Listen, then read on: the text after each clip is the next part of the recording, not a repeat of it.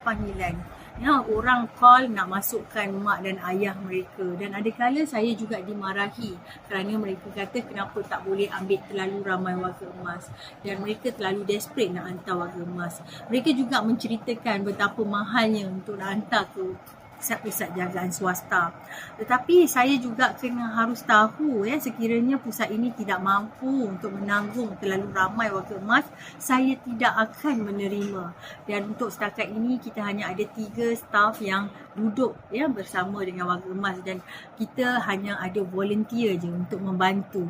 Dan sebenarnya Mesra Home masih lagi memerlukan dana untuk pengurusan, dan disebabkan itu kita tidak dapat jaga terlalu ramai. Dan saya rasa kadang-kadang bila kita letakkan warga emas terlalu banyak dalam satu center yang kecil, dia akan menjadikan lebih susah.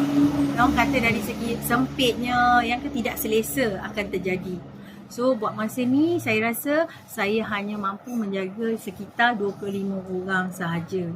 Walaupun kerajaan dia bagi limit pada kami 39 orang warga emas.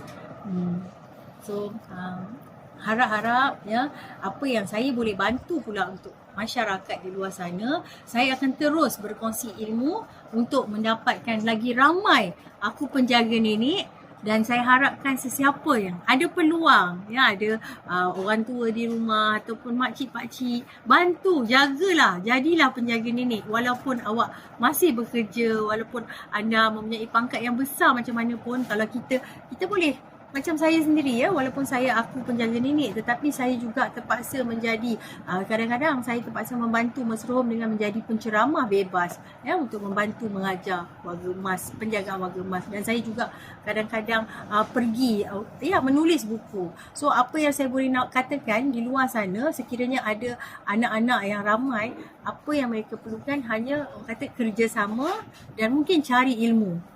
Dan bila ramai orang boleh jaga warga emas, kuranglah orang-orang yang masuk ke pusat jagaan.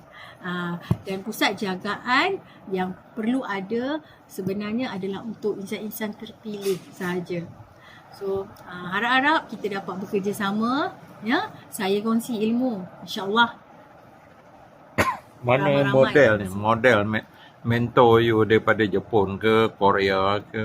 Okey, dulunya saya pernah bertugas di Hospice Malaysia, satu badan amal yang mempunyai ilmu pengetahuan yang sangat meluas. So apa yang saya boleh kongsikan, saya mempunyai bos-bos lah, doktor-doktor saya yang hebat-hebat, yang suka berkongsi ilmu pengetahuan dengan jururawat mereka. Dan yang saya dulu petikaikan, kenapa saya perlu belajar banyak benda untuk merawat orang. Dan sekarang baru saya tahu, untuk menjaga, merawat orang, kita perlukan tingkatkan kualiti seseorang itu.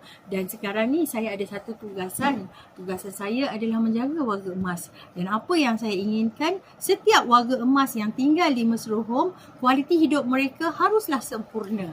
Dan saya harus ingat lagi apa skill dan kemahiran yang saya ada, dan saya harus berkongsi dengan orang ramai di luar sana. Dan sebelum saya lakukan teaching proses tu, saya lakukan di rumah ini sendiri. Dan alhamdulillah kita boleh nampak improvement yang banyak di rumah ini. Dan saya harap orang ramai boleh datang ziarah untuk belajar, untuk kenal, mungkin kenal diri kita, kenal macam mana kehidupan warga emas, supaya boleh membantu kita juga sekiranya ada di antara kita yang menjaga warga emas, ataupun ada juga segelintir kita yang akan datang, kita akan jadi warga emas. So kita boleh bersedia.